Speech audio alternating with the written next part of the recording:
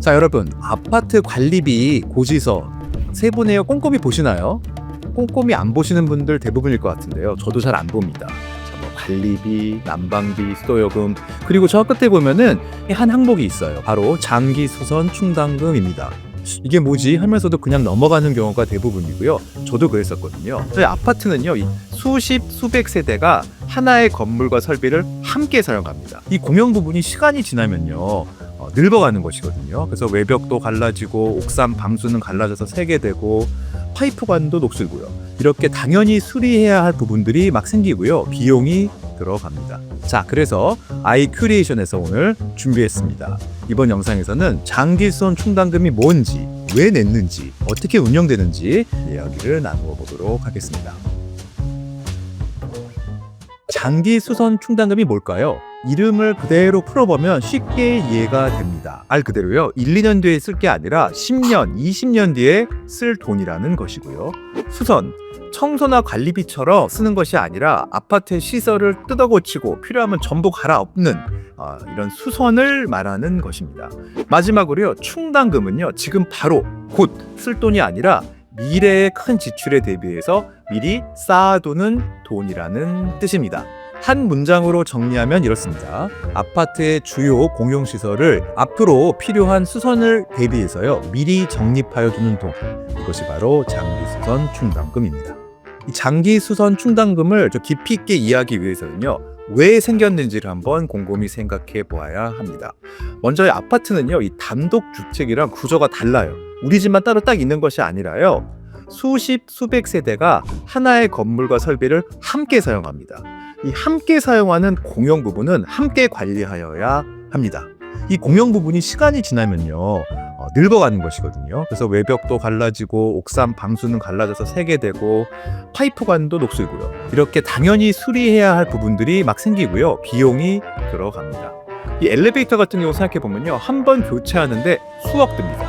우리 아파트 외벽 도장 방수 공사 한 번 해도 수천 수백이 쉽게 나옵니다. 근데 이걸 수리하기 위해서 어느 날 갑자기 다음 달에 우리 외벽이 갈라져가지고 수리해야 되니까요, 각 세대당 몇백만 원씩, 몇천만 원씩 내세요 라고 할 수 없겠죠.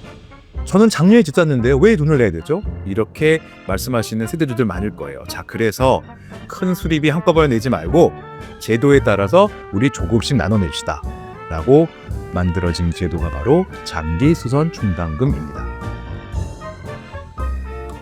자, 장기수선 충당금 돈 모으는 거잖아요. 그래서 얼마를 모아야 될지 정해둬야 됩니다. 그래서요, 이 장기수선 충당금은요, 장기수선 계획에 따라서 걷게 됩니다. 기준이 있는 것이죠. 쉽게 말하면 우리 아파트의 미래 수리 일정을 미리 정해놓은 일정표 같은 것이 바로 이 계획입니다. 승강기는 언제쯤 교체할지, 도장은 언제쯤 몇 년 주기로 다시 칠할지, 방수는 언제쯤 한번 다시 할지, 이런 걸요, 타임테이블에 따라 가지고 미리 정해 놓은 것입니다. 그 기준표에 따라 가지고요, 금액을 산정하고 입주민들이 나누어서 돈을 내게 되는 것입니다. 그래서 이 계획이 부실하면 돈이 남게 되거나 돈이 모자라게 돼요. 여러분들 입주민이시라면 장기수선 충당금에 대한 얘기가 나오면 이 계획이 잘 짜여져 있는지도 한번 점검해 보는 것도 좋습니다. 기준이 명확해요. 모두가 함께 쓰는 공용 부분에 비용이 많이 들고 수명 주기가 긴 시설에 쓰이는 돈이 바로 이 장기수선 충당금입니다. 여기에서 구분해야 될 것이요, 관리비나 수선 유지비와 장기수선 충당금은 구분되어야 된다는 것입니다. 관리비는 이번 달에 쓰고 끝나는 운영비용이고요, 장기수선 충당금을 사용하는 것은요, 큼직큼직한 시설을 교체하거나 대규모 공사를 위한 자금이라고 보시면 되겠습니다. 자, 입주민 중에 이런 생각하시는 분도 있어요. 우리 아파트 재건축 곧 되는데 이거 돈 모을 필요 있어? 이런 생각하시는 분들 꽤 있거든요. 결론부터 말하면 일정 규모 이상의 공동주택은 장기수선 계획에 따라서 장기수선 충당금을 적립하도록 법으로 의무화하고 있습니다. 거들지 말지가 아니라요, 제대로 걷고 있는지가 중요한 거죠.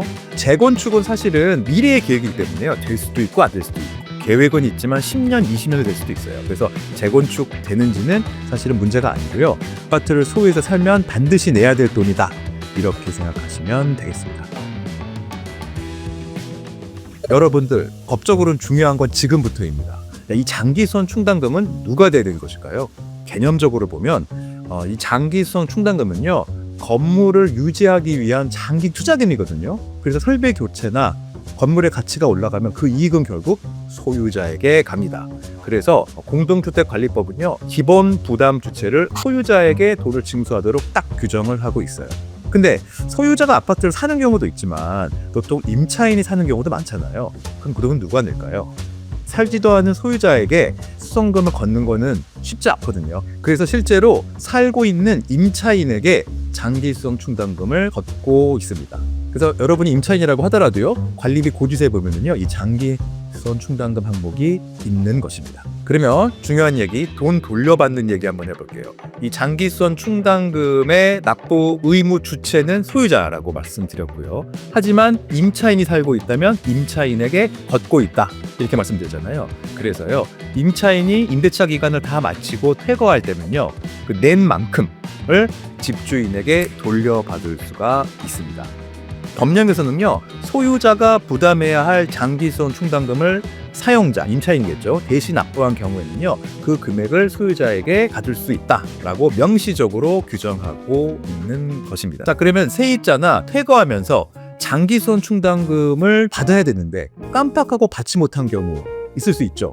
이때는 돌려달라고 언제든지 청구할 수 있습니다. 다 장기수선 충당금을 돌려달라고 요구하는 권리는요, 보통의 민사채권으로서 10년의 소멸시효가 걸려요. 10년 동안 권리를 청구할 수 있지만 10년 동안 청구 안 하면 소멸하는 제도거든요. 그래서 내가 만약에 10년 이내에 그 못 받은 돈이 있다면요, 달라고 할 수가 있어요. 달라고 했는데 만약에 안 주면 내용 증명 보내고 지급 명령 보내고 필요하면 소송을 해서라도 받을 수가 있습니다. 집 옮기실 때 꼭 기억해 둘 것, 이사 한두 달 전에요, 관리사무소에 가서 장기수선 충당금 납부 내역 좀 알려주세요 라고 하면 알려줍니다. 통장 이체 내역, 관리비 고지서를 정리해가지고요, 집 주인에게 기간, 총액, 계좌번호를 딱 한 번에 보내놓고 돌려달라고 하는 절차를 꼭 잊으면 안 되겠습니다. 자, 그런데 여러분, 예외도 있어요. 계약서 쓸 때 집 매매 계약이나 또는 임대차 계약할 때 꼭 주의해서 보셔야 될 부분, 특약 부분이에요. 특약에 뭐가 써 있다면 정말 두 눈 부릅뜨고 봐야 됩니다. 가끔 가다 보면요, 이 특약 부분에 세입자가 장기수선 충당금을 부담하도록 한다, 이런 규정이 있다고 하면요, 집주인에게 환급 못 받을 수도 있어요. 임대차 계약할 때 꼭 체크해 두셔야 합니다. 이 장기수선 충당금은 아파트라는 공동주택의 가치를 유지하기 위해서, 우리 공동체를 유지하기 위해서 꼭 필요한 돈이라는 생각 드시죠. 장기수선 충당금에 대한 이해를 잘 해두시면 나중에 입주민으로서 장기수선 충당금을 덜 모으고 있거나 너무 많이 모으고 있거나 아니면 잘못된 항목으로 쓰고 있거나 할 때 정확하게 의견을 표시할 수가 있겠죠. 자, 지금까지 아이크리에이션의 김유변 변호사였습니다. 시청해주셔서 감사합니다.